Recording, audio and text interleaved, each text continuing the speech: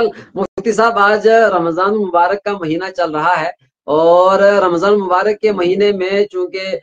حدیث شریف کے مطابق من تقرب فیہ بخصلۃ من الخیر کان کمن ادى 70 فریضۃ فیما سوا، کہ جو ایک نیکی کا کام کرتا ہے تو اس کو 70 نیکیوں کا ثواب ملتا ہے، 70 گنا ثواب بڑھایا جاتا ہے۔ اور پھر یہ تو رمضان کا خصوصی ہے، اور باقی جو ہے عام ورنہ یہ بھی ہے کہ اللہ یضاعف لمن یشاء، تو اس میں تو ظاہر ہے کوئی پابندی نہیں ہے، لیکن عام جو ضابطہ بیان کیا کہ ایک نیکی کا 70 گنا زیادہ ثواب ملتا ہے، جس کی وجہ سے اصحاب خیر حضرات اور اہل خیر حضرات رمضان مبارک کے مہینے میں صدقہ اور خیرات بھی کرتے ہیں، زکوٰۃ نکالتے ہیں، اور اس کے علاوہ نفلی صدقات کرتے ہیں، مدارس کی امداد کرتے ہیں، مدارس کا تعاون کرتے ہیں، اور مدارس میں بھی تمام مدارس اپنے سفراء کو بھیجتے ہیں، اور یہ سفراء عام طور سے کوئی ایسا دکاندار نہیں ہوتا ہے، ان میں کوئی نہیں ہوتا ہے، بلکہ یہ علماء ہوتے ہیں، حفاظ ہوتے ہیں، بعض جگہوں میں بعض مدارس کے استاذ حدیث ہوتے ہیں، استاذ فقہ ہوتے ہیں، قرآن پڑھانے والے ہوتے ہیں، کوئی حدیث پڑھانے والا، کوئی تفسیر پڑھانے والا ہے۔ تو یہ حضرات جب جاتے ہیں تو اس سلسلے میں آپ کیا کہنا چاہیں گے کہ سفراء کرام کے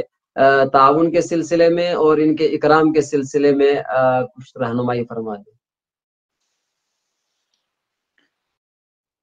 اب یقیناً صاحب یہ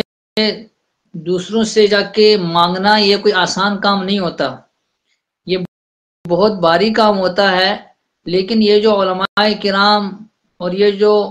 سفراء مدارس ہوتے ہیں، یہ اپنی ذات کے لیے نہیں بلکہ دین کے لیے، جب تک اسلامی حکومتیں تھیں تو اس وقت تک مدارس کا انتظام وہ اسلامی حکومتیں ہی چلایا کرتی تھی، تو اس وقت تو یہ سلسلہ نہیں تھا، اور چونکہ یہ زکوٰۃ صدقات اس وقت اسلامی حکومتیں ہی وصول کیا کرتی تھی، لیکن جب اسلامی حکومتوں کا سلسلہ جو ہے وہ ختم ہو گیا، اور اب دین کی حفاظت نشر و اشاعت کا طریقہ کار جب کسی حکومت نے نہیں سنبھالا، تو امت کے مخلصین علماء کرام نے اس فکر کو لیا، اور انہوں نے یہ فیصلہ کیا کہ اب عوامی تعاون سے ہم مدارس قائم کریں گے، اور ان کے اندر مکمل طور سے سہولیات دیں گے، اور امت سے جس طرح ہم امت کا تعاون مالی طور پر ہم ان سے لیں گے، اسی طرح افرادی تعاون بھی ان سے لیں گے، یعنی انہی کے بچے لیں گے، اور مدارس کے لیے انہی سے طلبہ کرام ہم لیں گے، اور ان کو دین پڑھائیں گے، تاکہ دین کی حفاظت کا کام بھی ہوتا رہے اور دین کی نشر و اشاعت کا کام ہوتا رہے۔ لہذا تمام مسلمانوں سے میری یہ گزارش ہے کہ یہ جو علماء کرام سفراء کرام آتے ہیں تو یہ اپنی ذات کے لیے نہیں آتے، بلکہ یہ دین کے لیے آتے ہیں، اور یہ بھی اپنے دل پر انتہائی باری پتھر رکھ کر آتے ہیں، یہ آسان کام نہیں ہے۔ تو جہاں جس مسجد میں، جس محلے میں یا جس ادارے میں سفراء کرام آئیں تو انہیں بھرپور ان کا اکرام کیا جائے، ان کو احترام دیا جائے، اور حسب توفیق ان کا تعاون کیا جائے۔ تو اس لیے کہ یہ لوگ دین کے نام پر آئے ہیں، ایک تو پہلے ہی ان کے دل بہت بوجھل ہوتے ہیں، اب اگر ایسے موقع پر ہم ان کا اکرام نہیں کریں گے، ان کا تعاون نہیں کریں گے، ان کی حوصلہ افزائی نہیں کریں گے، تو یہ ہمارے لیے بہت ہی انتہائی گناہ کا کام ہوگا۔ تو اس سلسلے میں ہمیں یہی کرنا چاہیے کہ ان کا بہت احترام کرنا چاہیے، اور اگر ہم ایسا کریں گے تو ہم اس لحاظ سے بھی دین کا تعاون کرنے والے لوگوں میں شمار ہوں گے، کیونکہ یہ جو بھی ہمارا ان کو تعاون ہوگا، ہم ان کا اکرام کریں گے، اس سے ان کی ہمت بڑھے گی، ان کا حوصلہ بڑھے گا، اور یہ مزید ہمت اور حوصلے کے ساتھ دین کا کام کرنے کی کوشش کریں گے۔ تو اس کے ذریعے جو بھی کوئی آگے طالب علم تیار ہوگا، کوئی حافظ تیار ہوگا، عالم تیار ہوگا، اس میں ہمارا حصہ بھی شامل ہوگا، اور وہ عالم حافظ جو بھی دین کا کام کرے گا تو اس سے ثواب کا حصہ ہمیں بھی ضرور پہنچتا رہے گا۔ تو ہمیں ایسے سفراء کرام کا بھرپور اکرام احترام کرنا چاہیے،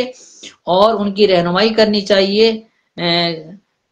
تاکہ وہ آسانی کے ساتھ اپنے مقصد میں کامیاب ہوں، اور وہ ہمارے لیے بھی ذخیرہ آخرت بنے۔ بلکہ مفتی صاحب یہاں یہ بھی تو اس کا ایک پہلو تو یہ بھی ہو سکتا ہے کہ یہ جو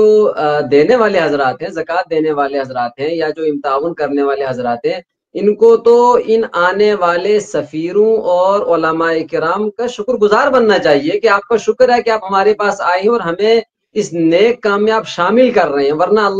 اللہ کی مسجد ہے، اللہ کی مسجد ہے اور اللہ کا قرآن ہے، اللہ نے اس کے نظام کو چلانا ہی چلانا ہے۔ تو اب اللہ تبارک و تعالی اگر سبب بنا رہے ہیں، ذریعہ بنا رہے ہیں، تو ہمیں ان کا شکر گزار ہونا چاہیے کہ یار زکوٰۃ تو میں نے دینی تھی، میرے اوپر فرض ہے کہ میں نکالوں، میں مستحق تک پہنچاؤں۔ اب یہ ایک آدمی وہ ہے جو میرے گھر آ رہا ہے، میرے پاس آ رہا ہے، اور آ کر کے جو کام مجھے کرنا چاہیے تھا، مجھے یہ کام کرنا ہے، جا کے ڈھونڈنا ہے کہ واقعی میں مستحق ہے یا نہیں ہے، اور وہاں کرایہ خرچ کر کے مجھے جانا ہے مدرسے میں، اور جا کر کے وہاں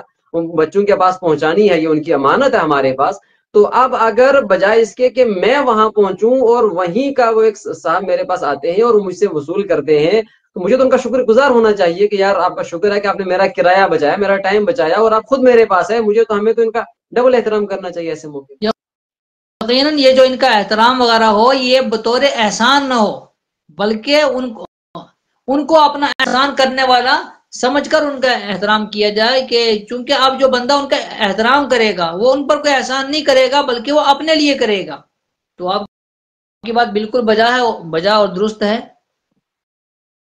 فلہذا ان سے ہمیں سب کو اس کا خیال رکھنا چاہیے کہ جو حضرات ہمارے پاس آ رہے ہیں چندہ وصول کرنے کے لیے، تعاون کے لیے، زکوٰۃ لینے کے لیے، یا صدقہ فطر وصول لینے کے لیے، یا ویسے تعاون کے لیے، عام تعاون بھی اگر ہم کرتے ہیں، مسجد کا کرتے ہیں، مدرسے کا کرتے ہیں، تو مجھے اس کا شکر گزار ہونا چاہیے کہ یار آپ تشریف لائے ہیں، ان کا احترام کرنا چاہیے، اچھے انداز میں بات کرنی چاہیے۔ عام سائل کے بارے میں قرآن کریم کا حکم یہ ہے جو اپنے لیے مانگ رہے ہیں، عام سائل، وَأَمَّا السَّائِلَ فَلَا تَنْهَرْ، کہ اس کو آپ نہ جھڑکیں۔ تو ایک عالم ہمارے سامنے آ رہا ہے، وہ اپنے لیے نہیں مانگ رہا ہے بلکہ ہماری ہی آخرت بہتر کرنے کے لیے، کہ ایک رقم جو میں نے ویسے بھی خرچ کرنی ہے، 10 روپے، 20 روپے، 50 روپے، 100 روپے، 500 روپے، جو ہمارے یہاں شاپنگ میں کتنے روپے لگ جائیں گے، ابھی عید آ رہی ہے تو عید کے جب عید آئے گی تو اتنے ہزاروں روپے ہماری شاپنگ میں لگ جاتے ہیں۔ تو وہاں پر اگر 100-500 روپے ہم نے، 1000 روپے ہم نے کسی مدرسے کو ہم نے تعاون دیا، چلیے زکوٰۃ نہیں، زکوٰۃ کے علاوہ آپ نے تعاون دیا، تو مجھے اس کا شکر گزار ہونا چاہیے کہ یار میرا وہ پیسہ جو کہیں اور لگتا تو میری اپنی ذات پہ خرچ ہو جاتا،